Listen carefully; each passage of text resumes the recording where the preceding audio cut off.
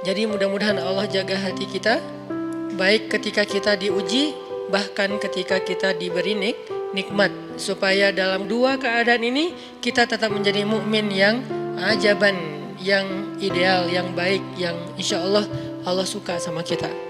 Kalau diuji sabara fakana khairallah, kalau diberi nikmat syakara fakana khairallah. Kalau dia diuji dia bersabar dan itu kebaikan untuk dia. Ternyata diuji ujung-ujungnya baik. Lewat apa ujian menjadi kebaikan? Lewat sabar. Bukankah Allah bilang wabasyiris sabirin? Sampaikan berita gembira kepada orang yang sabar.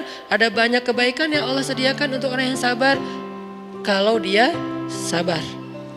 Dan kalau diberi nikmat syakara. Kalau diberi nikmat dia bersyukur. Fakana khairallah. Kenapa nikmat kok menjadi kebaikan?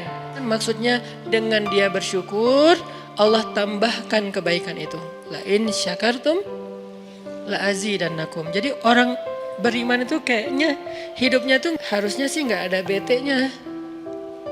Hidupnya tuh nggak ada istilah, aduh hari ini gue kayak rugi banget nih. Nggak ada orang yang beriman rugi. Kan hidup kita tuh di antara dua itu kan. Cuman varian ujian itu aja macam-macam. Varian ujian itu misalnya kalau di surat Al-Baqarah Allah menyebutkan 3 varian ujian kan. Ba'sa, dharra, zulzilu. Ujian fisik, ujian harta. Harta ini termasuk karir, kerjaan, usaha, bisnis. Dan ujian zulzilu, ujian perasaan termasuk diputusin. Atau orang yang dekat sama kita jadian sama yang lain. Atau mungkin di unfollow oleh ya gitu deh. Saya kalau udah ngebahas bab ini agak gimana gitu. Jadi 3 varian ini masuk kategori apa? Masuk kategori ujian. Tetap aja 2. Kalau nggak ujian nikmat, antara 2 itu nih. In asabathu sarra syakara wa in asabathu dharra sabara. Udah gitu aja. Dan nanti bahkan sampai ayatnya gini. Alladzina yunfiquna fis sarra'i wad dharra. Orang yang tetap beramal soleh lewat hartanya dalam keadaan dia berkelebihan atau dalam keadaan dia kekurangan. Itu mukmin, keren banget gitu. Dia tuh nggak pernah kehilangan kesempatan berbuat baik.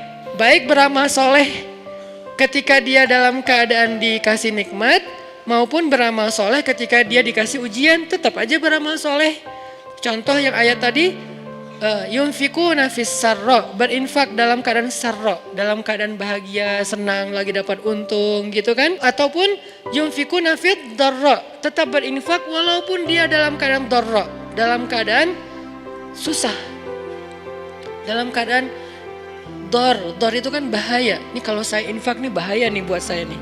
Kalau saya kasih nih saya kayak nggak ada tabungan buat mahar nih. Kalau saya kasih ke dia, terus saya gimana? Gitu kan? Ini dor banget nih, bahaya banget nih. Tapi dia tetap berinfak. Siapa yang mencontohkan hal seperti itu? Selain pastinya Rasulullah udah nggak diragukan lagi. Yang jadi kayak simbol berinfak walaupun dia butuh. Orang-orang Ansor, yu'thiruna ala anfusihim walau kana bihim khasasah. Mereka mendahulukan orang muhajirin atas dirinya sendiri. Walaupun sebetulnya dia juga butuh kepada kebaikan itu.